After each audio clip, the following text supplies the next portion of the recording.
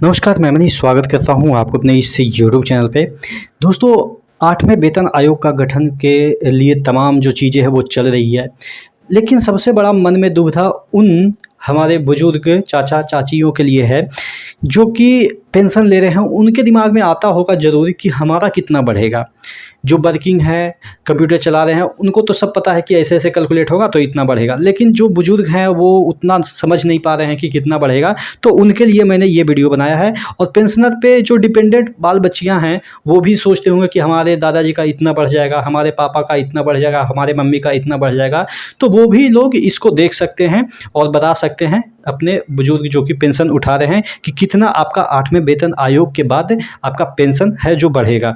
तो करना क्या है? कुछ नहीं, आप अपने छोटे भाई को, अपने छोटे बच्चे को, मैं आपका बच्चा ही हूँ, चूँकि आप लोग 60 बरस से ऊपर वाले ज़्यादातर लोग देख रहे होंगे इस वीडियो को, तो ज़रूर सपोर्ट कीजिएगा ताकि हम इसी तरह के वीडियो आपको पहुँचाते रहें। तो ज़रूर चैनल को सब्सक्राइब कर लीजिएगा एक अपना बच्चा समझ के। चलिए ठीक है, हम बात कर लेते हैं आपके लिए कि 8वां वेतन आयोग में क्या-क्या चीज़ें आपको कैसे मिलनी है। देखिए, जब 7वां वेतन आयोग आया था तो यहाँ पे जो मिनिमम बेसिक बना था 18,000 पर मंथ, जो कि अभी तक चल रहा है, उस पे आपका इंक्रीज हुआ। पेंशन, मिनिमम पेंशन जो है वो 3500 से 9,000 हो गया। मिनिमम पेंशन आपको कितना मिल रहा है? 9,000 मिनिमम की बात कर रहे हैं। हालांकि पेंशन तो आप लोग 30, 32, 35, 40 उठा रहे होंगे, वो अलग मैटर है। लेकिन कोई ऐसा भी होगा, हो सकता है कि उसको स्टार्टिंग में 9,000 मिला होगा, तो ये मिनिमम है। उसके बाद हम देख लेते हैं कि 80 वर्ष के आप हो जाएंगे तो मूल पेंशन में 20% का वृद्धि हो जाएगा। सपोज आपका मूल पेंशन 10,000 है, एक एग्जाम्पल के तौर पर, तो ये आप 80 वर्ष होंगे तो आपको 12,000 हो जाएगा। और उस पर जो डीए मिल रहा है वो तो मिलेगा ही, वो तो ऑब्वियस है। उसके बाद अगर हम बात करें, ये कैलकुलेटर है, कैलकुलेट करके हमने ये टेबल बनाया है, तो टेबल को अच्छी तरीके से समझिएगा। देखिएगा, ग्रेड पे मैंने इधर लिखा है। ग्रेड पे आप समझते ही होंगे, जॉब होल्डर थे तो आप समझ ही रहे होंगे।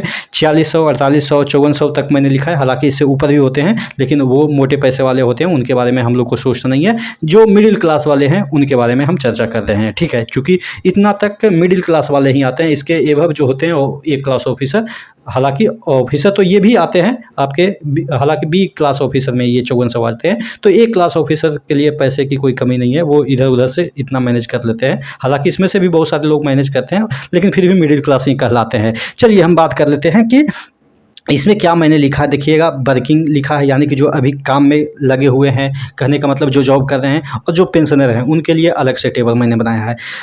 एक सिंपल रफ डायग्राम मैं आपको समझा देता हूँ। फीडमेंट फैक्टर एक होता है और एक होता है डीए, और इंक्रीजमेंट देता है सरकार जब आपके पे कमीशन लागू होती है, तो इंक्रीजमेंट देती है आपकी सैलरी में।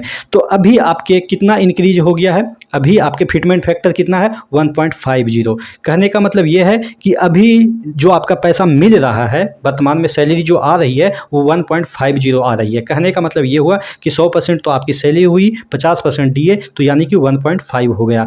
अब जब 2026 आएगा तो ये कितना हो जाएगा? 1.5 से बढ़ के 1.66 हो जाएगा। 66 कहाँ से? चूंकि 66% उस समय डीए हो जाएगा, जो कि अभी 50% है, ठीक है। तो ये तो आपको मिल ही रहा होगा 2026 के स्टार्टिंग में, ये तो आपको ओरिजिनल में मिल रहा होगा। लेकिन हमने यहाँ पे 2.08 लिखा है। कहाँ से लिखा है? तो मैं ये मान रहा हूँ कि सरकार जो इंक्रीजमेंट देती है वो एवरेज जितने भी वेतन आयोग गठित हुई है उसमें किसी में 14%, किसी में 52%, किसी में 37%, तो एवरेज आता है 27% का इंक्रीजमेंट देती है। कब? जब वेतन आयोग लागू होता है। तो हमने 27 नहीं लेके कितना लिया है? 25 पे ही कैलकुलेशन निकाला है। हालांकि मांग यूनियन का कितना है? 25 से 35 तक मिलना चाहिए। हमने मिनिमम लिया है 25% का इंक्रीजमेंट, यानी कि जो आपका 1.66 2026 तक आपका एक्चुअल पेमेंट आ रहा होगा, तो उसमें 25% का जब आपका वेतन आयोग गठित होगा तो वो देगा वेतन बढ़ा के, तो 25% मान लेते हैं मिनिमम बढ़ा के देगा, ठीक है। ये तो मिल ही रहा है, इसमें 25% का एक्स्ट्रा दे देगा, ठीक है।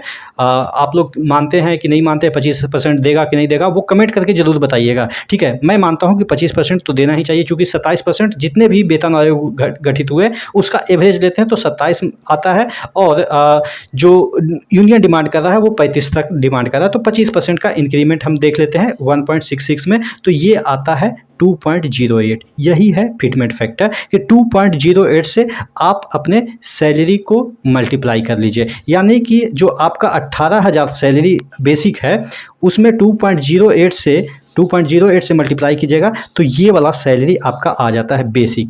ठीक है, ये सैलरी आपको मिलेगा जो अभी वर्किंग में है। ठीक है, लेकिन मैंने क्या बताया कि ये वाला जो अभी हम वीडियो बनाए हैं वो पेंशनर के लिए बनाए हैं, तो एक बार देख लीजिए जो वर्किंग है उनको भी कि आपका सैलरी अगर इतना है तो इतना हो जाएगा, इतना है तो इतना हो जाएगा, इतना है तो इतना हो जाएगा, इतना तो हो ही जाएगा, इतना तो बेसिक हो ही जाएगा, उस पर भी 4% का DA आप मान के चलो, तो यानी कि 4 16 यानी कि तकरीबन 16 यानी कि 4 इधर और 8 यानी कि 48 से 49,000 मिनिमम सैलरी बनेगा, यानी कि ग्रुप डी वाले बंदे के लिए। ठीक है, ये वर्किंग के लिए। अब पेंशनर पे बात कर लेते हैं, चूँकि ये वीडियो पेंशनर के लिए मैंने बनाया है। तो देखिए 18,000 जिनका है बेसिक, उनको पेंशन कितना मिलेगा? 9,000 मिलेगा अभी के अनुसार। जिनका जो रिटायर कर रहे हैं अभी, सपोज कोई बंदा ऐसा भी है जो कि 38,000 पे रिटायर कर रहा है, 38,700 उनका बेसिक है, तो उनका पेंशन कितना बनता है? 19,350, इतना ही पेंशन बनता है, यही बनता है ना, अभी साथ में पे कमीशन के अकॉर्डिंग।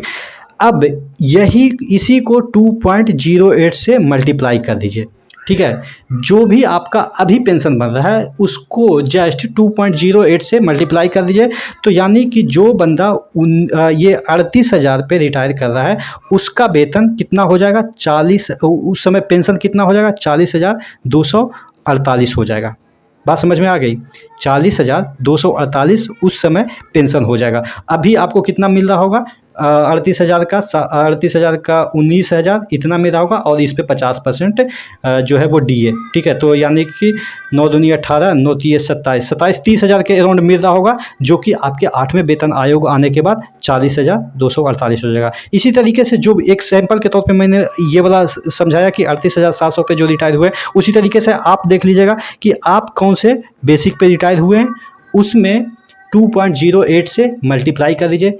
जितना वेतन आया, सपोज आपका जिस समय आप रिटायर किए उस समय आपका बेसिक कितना है, एक एग्जांपल के तौर पे 40,000 है। ठीक है, जिस समय आप रिटायर किए तो बेसिक कितना है, पेंशन कितना मिल रहा होगा? मूल पेंशन 20,000, फिर उस पर आपका DA मिल रहा होगा 20,000 पे 50%, यानी कि 30,000 आपका सैलरी बन रहा है। ठीक है, 30,000 सैलरी बन रहा है, लेकिन जब 8वां वेतन आयोग आएगा तो 40,000 जो आपका बेसिक था उस पर 20,000 आपका पेंशन बन रहा था, इसमें 2.08 से मल्टीप्लाई कर दीजिएगा।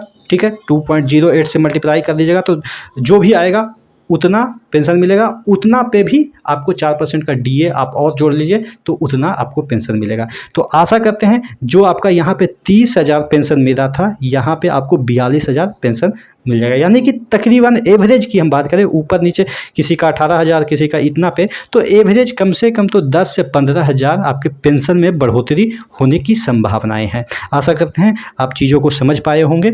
इसी तरह के वीडियो के लिए चैनल पे जरूर चैनल को सब्सक्राइब कर लीजिए, वीडियो को लाइक कीजिएगा, शेयर कीजिएगा, जिससे कि मेरा चैनल ग्रो हो, तो मैं आपको और भी अच्छी वीडियो प्रोवाइड करूँ। ठीक है, तो नेक्स्ट वीडियो मिलते हैं, तब तक के लिए जय हिंद।